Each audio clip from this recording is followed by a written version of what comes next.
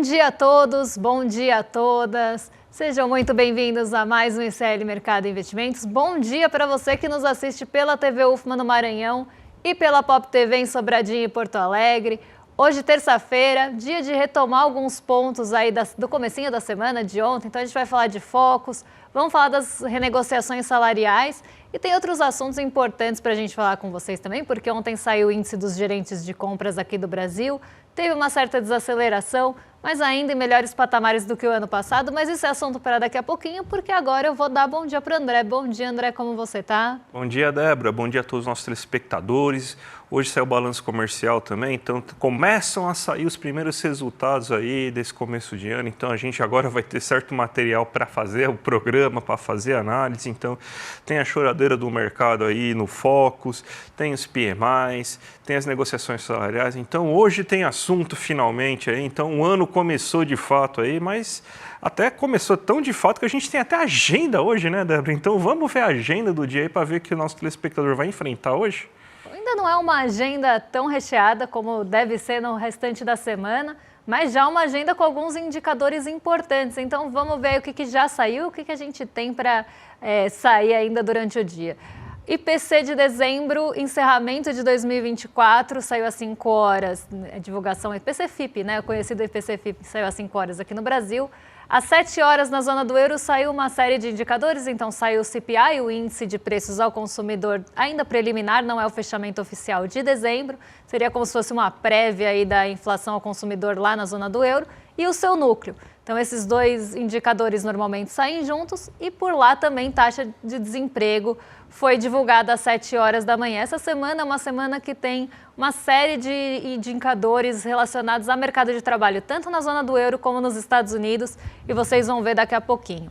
Às 8 horas da manhã saiu o IGPDI de dezembro, também fechamento de 2024, essa medição da FGV, e a FGV também divulgou o índice de variações de aluguéis residenciais, também fechamento do ano, às 8 horas da manhã. Seguindo pela agenda, a gente tem alguns indicadores também nos Estados Unidos hoje. Hoje tem relatório de abertura de vagas, o famoso relatório JOLTS. Até se quiserem passar aí para o pessoal de casa acompanhar com a gente. A gente tem o relatório de abertura de vagas, o JOLTS de novembro, que sai daqui a pouquinho, meio-dia. Esse dado deve ficar bastante na centralidade, porque essa semana, como eu falei, tem vários indicadores ligados ao mercado de trabalho nos Estados Unidos. Então, sai JOLTS, depois tem payroll, tem também a criação de vagas no setor privado. Tudo isso deve moldar ali quanto deve ser o corte de juros nos Estados Unidos nesse ano de 2025.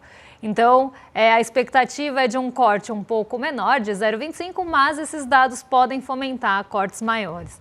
IBGE soltou, é ótimo, né? IBGE divulgou o IPP, o Índice de Preços ao Produtor de novembro. Às 10 horas, o presidente do Fed de Richmond, outro dado que deve ficar na centralidade no exterior, porque aqui a gente tem, né, justamente esse impasse, quanto deve ser o corte de juros nos Estados Unidos nesse ano, se deve ter desaceleração como se espera. Então todos os sinais estão sendo buscados em qualquer que seja aí o evento ou a participação de algum dirigente presidente do Fed. Então a gente deve ter também esse dado mais na centralidade. 10h30 da manhã, Departamento do Comércio divulgou a balança comercial de novembro nos Estados Unidos. E temos também PMI de serviços por lá. Então hoje também temos índices dos gerentes de compras tanto nos Estados Unidos, aqui lá vai sair um pouquinho mais tarde por conta do fuso, por conta do fim do horário de verão, mas aqui no Brasil a gente já tem essa divulgação e vai trazer para vocês. Vamos falar então o que ficou de ontem, né, que é o relatório Focus. A choradeira continua, tá, gente? Então a gente tem a notícia aqui para mostrar para vocês aqui, que agora o Focus ele está piorando, já não bastava piorar o cenário que a gente viu em 2024, né? Aquela coisa negativa, fazendo toda a narrativa para tentar mostrar que a economia estava ruim na visão deles aí. Eu ouvi até falar assim, não sei, durante o N1 Nassif falando aí que já tem gestor falando da pior crise fiscal do século. Nossa, o exagero aí que eles estão falando aí tá bom, né?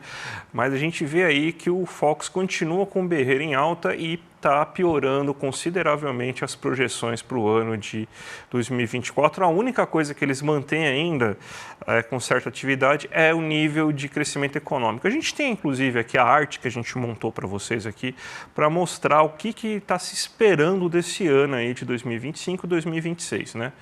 Aqui está até 2026, mas leia 2025 aqui.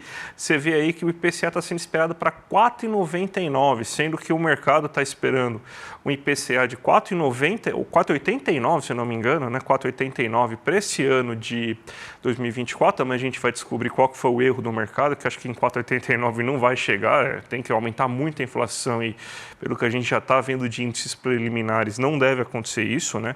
E está aumentando também para 2026, está bem mais próximo do teto da meta de 4,5% do que do centro da meta de 3%. Então, esperando uma inflação de 4%. O crescimento econômico esperado para esse ano agora está de 2,02%, lembrando que a gente deve crescer por volta de 3,5%, segundo os próprios dados do mercado, então uma boa desaceleração. Da onde vai vir a desaceleração? Vai vir da Selic, basicamente, né? Então, eles vão conseguir aí desacelerar a economia. Vai ter um certo crescimento, né? Então vamos ver qual que vai ser o efeito disso aí na economia. E para o ano de 2026 eles esperam ainda um crescimento de 1,8%, seja os 2 próximos anos, 2 anos finais de governo Lula, com desaceleração na economia depois de 2 anos de bom crescimento econômico, né? O câmbio eles estão esperando para 6, aqui a gente hoje estava na cotação de praticamente 6,10, 6,11, alguma coisa assim, ou seja, até uma certa desaceleração do câmbio, e para o ano que vem um câmbio de 5,90, ou seja, eles ainda estão pressionando bastante, aí, acreditando que o câmbio deve ficar bem elevado.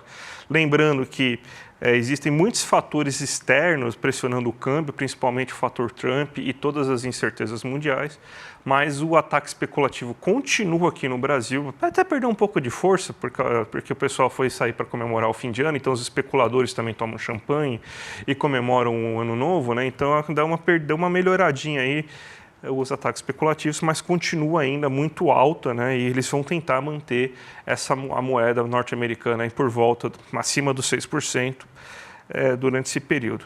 E a taxa Selic foi para as alturas, o pessoal perdeu completamente a vergonha, está acreditando que precisa de mais Selic ainda, a gente está em 12,25%, o Banco Central já garantiu que vai chegar em 14,25% a taxa Selic nas próximas reuniões. Então você vê aí como que eles estão esperando ainda mais 0,75% ainda, ou seja, não basta essa voracidade aí que o Banco Central fala, o Jardim vai entregar 2% para vocês aí nas próximas reuniões. Não, eles querem mais 0,75%. Então eles querem mais Selic ainda nesse momento e acham que até para o ano de 2026 dá para cair um pouquinho, dá para cair para 12%, né? Patamares assim que a gente não via assim, sei lá, desde o Meirelles, né? Então, um patamar muito elevado. É engraçado que taxa Selic alta basicamente só tem quando você tem aí um governo mais progressista. Aí, geralmente, nos governos menos progressistas, onde o desemprego está lá para cima, o salário mínimo não tem reajuste, eles aceitam manter a Selic aí em termos bem mais baixos de 10%. Mas é isso que o mercado quer, né? A choradeira continua, eles não aceitam o pacote de corte de gastos, queria que tivesse um sangramento maior, queria que aposentado não recebesse valorização real do salário mínimo, queria que o salário mínimo não fosse reajustado em termos reais, queria que se cortasse BCP, queria que se cortasse seguro-desemprego, queria que se cortasse abono salarial, então queria que você, que depende dessas políticas, você que é aposentado, pensionista aí, que não recebesse um aumento real da sua aposentadoria. Eles queriam isso, né? Não conseguiram, então eles estão chorando. Então o dólar a 6, tá, gente? É porque você, idoso aí que recebe sua aposentadoria, vai conseguir ter um pouco de dignidade com o aumento real dela, tá? Por isso que o dólar tá 6, tá? Porque o mercado não gostou do fato aí de você poder ter um aumento real da sua aposentadoria, tá? Vamos deixar bem claro aí o que o mercado não gostou. Exatamente. Para mim, o Focus, né, cada vez mais passa a ter essa cara de garoto de recados, porque a gente tem, né, uma inflação chegando a 5%, ele deixa de ter aquela característica de tentar prever alguma coisa, de tentar projetar alguma coisa e vira um instrumento de pressão, não que ele não fosse antes. Mas agora isso está bem escancarado, porque o IPCA a 5%, uma Selic a 15% de juros no final de 2025, porque aqui a gente está falando de Selic terminal. Que previsão é essa? Sendo que o IPCA terminou bem alto em 2024, na projeção do Focus, e não deve atingir. Então, não é que você está projetando o que você acha que vai realmente acontecer. Você está pintando um cenário para realmente usar isso como forma de pressão. E aí a gente já sabe como é que isso é noticiado, como é que vai para a notícia, principalmente nos grandes veículos de comunicação. A projeção do IPCA muito acima da meta, né? E aí não importa depois que o IPCA não fique ali com aquele patamar, porque o estrago já foi causado. Então, a gente continua vendo focos junto a todos os outros veículos de comunicação, junto ao mercado financeiro, porque o Focus é respondido por ele, né? E a gente sabe que um está de bracinho dado com o outro ali, né? Então, a gente continua vendo o Focus aí como esse garoto de recados. Selic é 15%, é de doer. Mas vamos para o mundo real, né? Porque aí a gente vamos sair da Faria Lima, mundo das fantasias, o feudo, né? Como que é? O condado. O condado lá dos nossos hobbits da Faria Lima lá. Vamos para o mundo real, vamos falar do PMI aí, que não está com uma aceleração tão boa assim, mas continua mostrando aceleração. Deu uma recuada, mas os números ainda são bons, né, Débora? Exatamente. O impulso ele está em declínio, como o próprio PMI colocou. Esse foi na verdade, o título dado ao PMI de dezembro. Então, lembrando que a gente está olhando para o ano passado ainda, a gente está olhando para o mês de dezembro.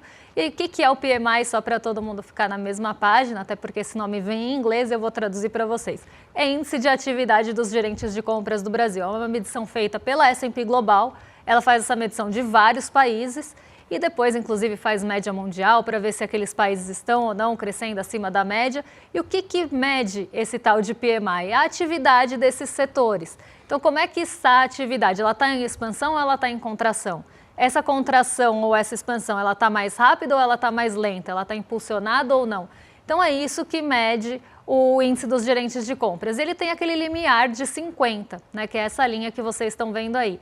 O limiar de 50 é o que divide a contração da expansão. Então, se o país está com a atividade daquele setor acima de 50, a atividade está crescendo, o setor está crescendo. Mas ele pode estar crescendo em um ritmo maior ou menor do que o mês passado ou do que o ano passado, por exemplo.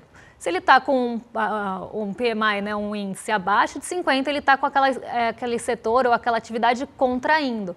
E também pode estar num ritmo, essa contração, num ritmo mais acelerado ou não, dependendo da comparação aqui que a gente for fazer. Aqui a gente está olhando o PMI praticamente do ano de 2024, porque ele já está em dezembro, já fechou aqui o ano.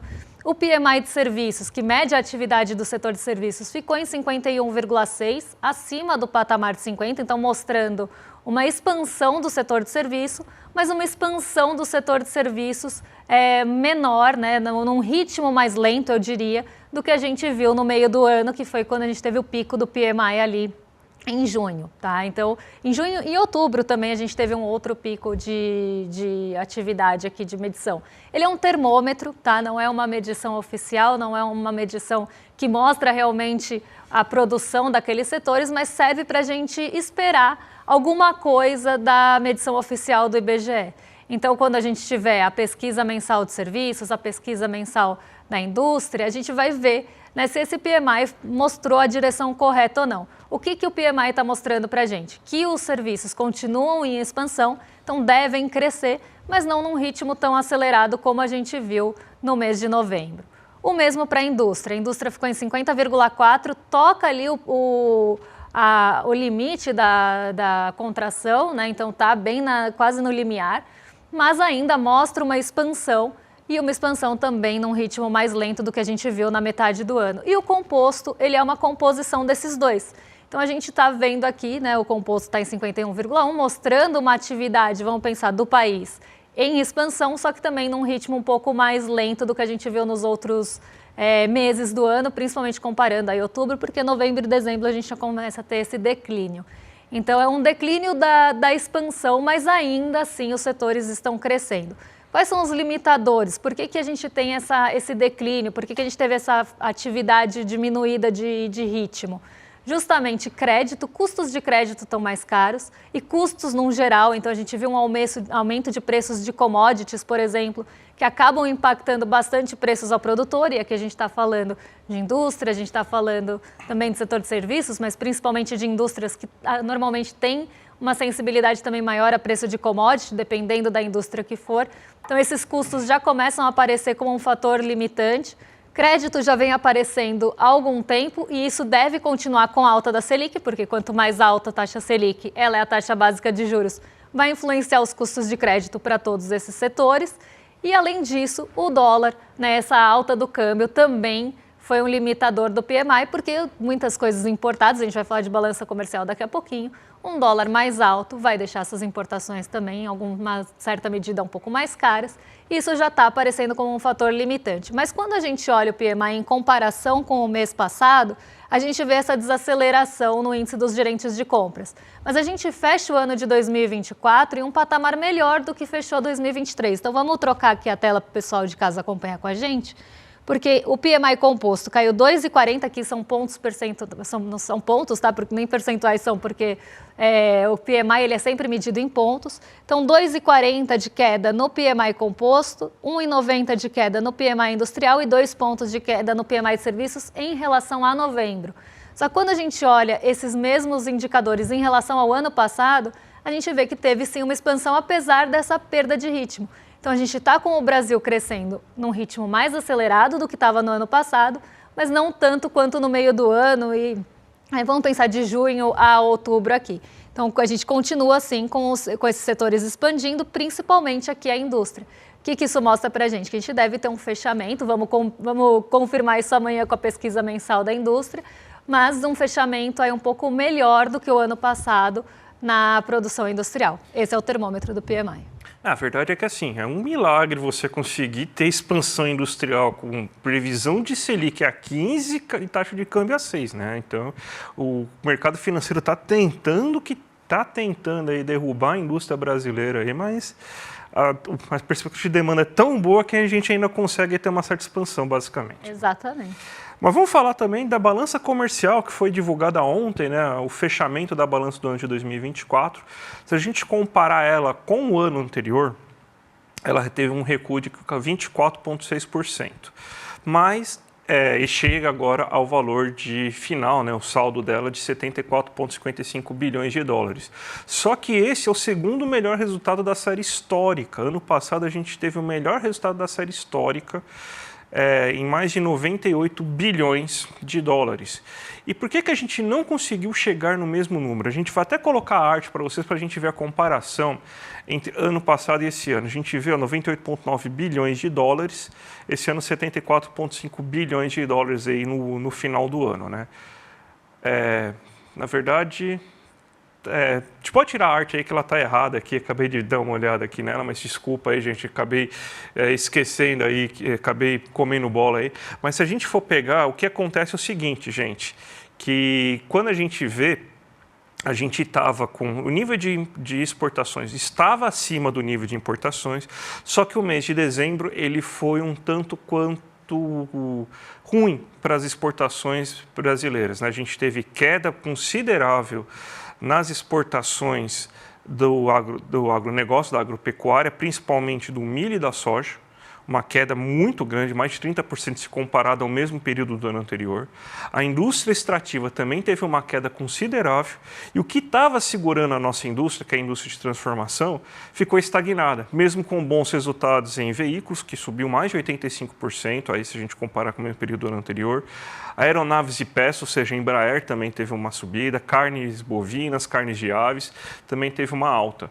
Mas a gente teve um saldo muito pequeno se comparado ao resto do ano no mensal. A gente teve um saldo só de 4 bilhões no mês de dezembro. Então, a gente teve que o nível de exportações do ano passado, ele acabou sendo...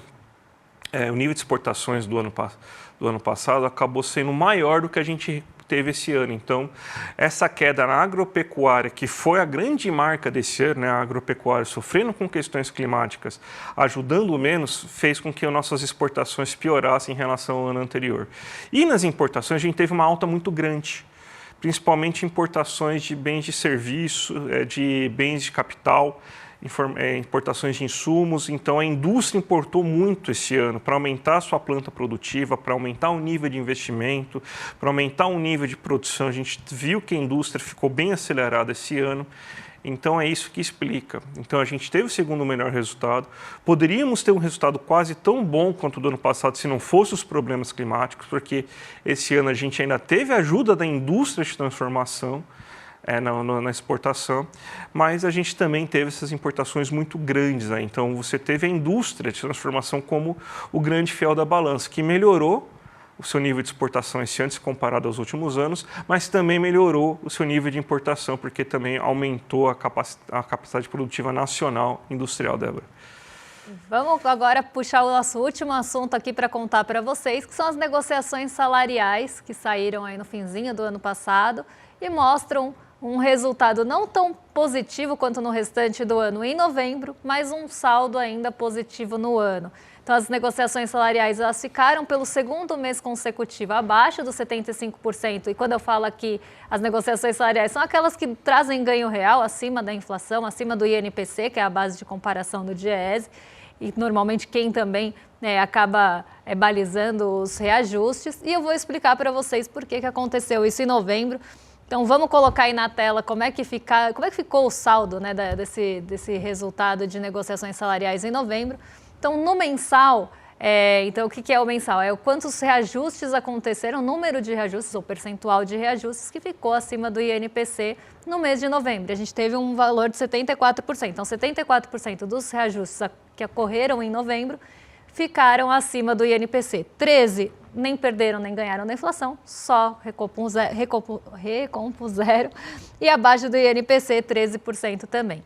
O que a gente tem que ter em mente aqui quando a gente fala dessas negociações em novembro? Um fator muito parecido com o que a gente viu em outubro, que também teve esse resultado abaixo aí dos 75%. Poucas negociações, é um volume menor de negociações que acontecem nesses meses, e os setores que também reajustam os salários normalmente em outubro e novembro, a gente está falando basicamente aqui do comércio, já é um setor que tem ali um histórico de menor reajuste ou de menor sucesso de reajustes salariais, porque tem menor organização sindical também, tem menor organização trabalhista. Mas quando a gente olha o resultado no ano, a gente vê que pouco influenciou. Apesar de estar em 74% no mensal, no anual a gente continua com os 85,4% dos reajustes acima da inflação. Então isso mostra que esse peso, né, dado ali ao mês de novembro é pequeno, justamente pelo número de reajustes que acontecem. Então não teve uma força grande para mudar o resultado do ano ainda. Então 85,4% dos reajustes continuam acima da inflação, 10,9% só recompondo a inflação, e 3,8% abaixo do INPC. Outro ponto importante que a gente não pode deixar de lado quando a gente fala de reajuste salarial é que está aumentando o reajuste necessário. Se a gente tem uma inflação maior, um INPC maior, esse valor do reajuste aumenta também, né? O percentual necessário para o reajuste ficar acima da inflação vai aumentar. Para recompor a inflação já vai estar maior, imagina. Ali para dar ganho real, você tem que dar o ganho acima daquele valor acumulado até o mês de novembro. Então, esse também pode ter sido um fator, e normalmente é, um fator que acaba influenciando aqui o número, né, o sucesso dos reajustes de negociações, dos resultados ou os reajustes salariais aqui. Então, esses dois pontos acabam pesando no mês de novembro, tanto a necessidade de um reajuste maior para recompor a inflação e para dar ganho real acima disso, e também os setores e o número, né, o volume de negociações que acontecem nesses meses. Quando a gente olha por setor, a gente vê que normalmente setores, o comércio é o que tem o menor sucesso ou os reajustes, né, com o menor número ali acima da inflação, comparado principalmente à indústria, né, que tem o maior. Então aqui a gente vê todos esses pontos pesando, mas o saldo do ano ainda é positivo para os reajustes salariais. Continuamos com um bom índice aí de reajustes. Para quem lembra, essa pirâmide aqui já esteve quase invertida. Exatamente. Débora, chegamos em 2025, né? Finalmente aí. E a gente sabe tudo que a gente passou em 2024, a gente está preparando aí uma surpresa, e fiquem ligados que nessa quinta-feira a gente vai chamar a nossa comunidade aí para uma grande surpresa aí que vocês vão ver, para vocês lutarem junto com a gente aí nesse ano de 2025. Vocês lutaram muito com a gente em 2024, mas em 2025 a gente também vai chamar vocês aí para fazer parte dessa luta. Então, gente, aguardem aí que quinta-feira vai ter boas novidades aí em relação aí. A gente vai anunciar, inclusive, nem nenhum aí essas novidades. Fiquem tranquilos. E vamos chamar nossos vizinhos aí do Rolê Série, né? O William De Luca e o Guga Noblar aí, que a gente vai se despedir agora, né, Débora? Exatamente, rolezeiros, estou vendo aqui no chat, já estão ansiosos, então não fiquem ansiosos, porque agora vocês ficam com o Rolê ICL na sequência. E a gente volta amanhã para trazer os principais assuntos do dia. Amanhã a agenda começa a ficar agenda de verdade. Então a gente vai começar a ter o ano de 2025 começando também com os indicadores econômicos. Um beijão e até amanhã, pessoal. Até amanhã, gente. Tchau, tchau. O objetivo é limpar a cena do crime para a macharada. E o trabalho deles era assassinar reputações. Essa filosofia aí do homem da vida, esse energúmeno aí,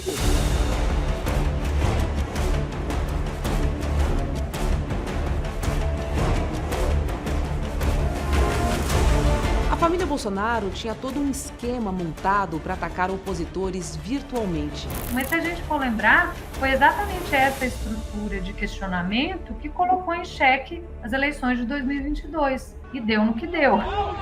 Para quem ainda não entendeu, isto é uma guerra de narrativas. E nos campos de batalha, as máquinas de moer reputações estão sempre à espreita.